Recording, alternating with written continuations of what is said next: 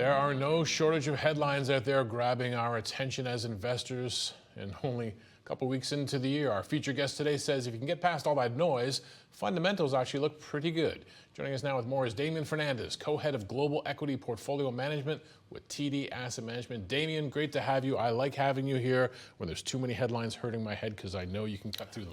It's always a pleasure, Greg. And can we still say Happy New Year, or is that just the influx of headlines is just overwhelming it? Like we're debating if it's going to be happy. It's felt like a year already. Is 2026 over yet? Exactly. We've gone right into it, and in your intro you had a few ideas that you were talking about the headlines coupled with the weakness and stuff, and I think people haven't looked at the big picture, and the big picture is like, yes, there's the President of the United States has had an active first 2 weeks, right? If we just list between both geopolitical and domestic agendas, we had the audacious, extraction of Maduro in Venezuela. That feels like months ago. That feels like months ago, right? But because it's just the shelf life of these news, because it happens so quickly. It feels like it's collapsing. But then we also had defense stocks will no longer be able to pay dividends, and that was followed with let's try to address affordability, and maybe we'll have the GSEs, the Fannies and Freddies, buy mortgages. That was followed with credit card. You were talking about this in the introductory comments, right? The banks are facing pressure now because he wants to cap credit card rates. And yesterday was interchange fees, and then it was like talking about limiting for these hyperscalers in terms of reducing costs for utility bills. And I'm sitting there, I was like, today's the 14th of Jan. This is all. Yeah. This has happened the last 2 weeks, and I can see how your investors are looking at this and are already feeling like a sense of nervousness, agitation, concern, because it's happening so quickly. But the big picture, which is to your point, and it's that we're in an economic recovery. In fact, when you look at the breadth of the market, it's the median stocks actually moving higher. Inflation was reported yesterday. Inflation is headed in the right direction. That gives the Fed ammunition to, well, it's not the next meeting they're going to cut rates, but we're looking to rate cuts as we progress through the year. So we have economic growth, rate cuts, and we still have transformational improvement helping productivity from AI. And so I guess taking a step back, we had a positive year last year. We started the year with a fair amount of noise, but the big picture, the fundamentals, still remain constructive, and that's where we sit. From day to day, markets will move. As we said, the S&P 500 is down about 1% today. The tech-heavy NASDAQ a little bit more than that. I think people at some point too, when you have a bull run that has been this strong, they don't like the down days. And you're saying don't be surprised though if we get more downside. Would that still be constructive as a part of a bull market? Sure. It's look, we've just come from a banner year in global markets last year, right? I joked about this the last time. I think Donald Trump perversely in making America great again has made global equities great again. Right, the TSX. Performed. The TSX was one of the best performing markets. Europe was, had some markets were high 20s. Japan, Hong Kong were high 20s, 30s. What's actually happened is Donald Trump's antagonism on certain policies, whether it be trade or defense, have forced a lot of global markets and these countries to take measures to improve their domestic growth. Right, in Canada itself, like we were talking about last year about what really matters, about promoting growth-enhancing initiatives, right? Whether it be trying to reduce, cross-border dislocations in terms of just cross-border improvements in terms of infrastructure. So I do think it's actually the move towards what the U.S. has done in becoming a little more insular has actually created incentives for a lot of countries to improve their own domestic trend growth. That's really positive. And we've had a really strong year, right? We marked to market last year. The U.S. was up double digits. Canada, north of 20. And I think this year when investors are coming in, people like calendarizing years. It's like start from everything zero. Everything changes. January 1st for all new people. Exactly. It's just totally give it a month and the resolutions will go out the window, right?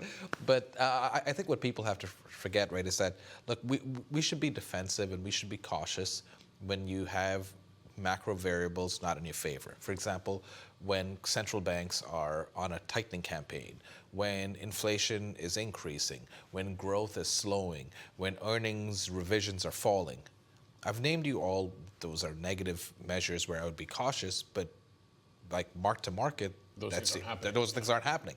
So look, could we see it pull back? Of course we could. Would I ever come here and say, I know with certain degree, if I don't have a crystal ball, like pullback, 10% pullbacks, even in very healthy years. Think about 2021 or 2018. They do happen.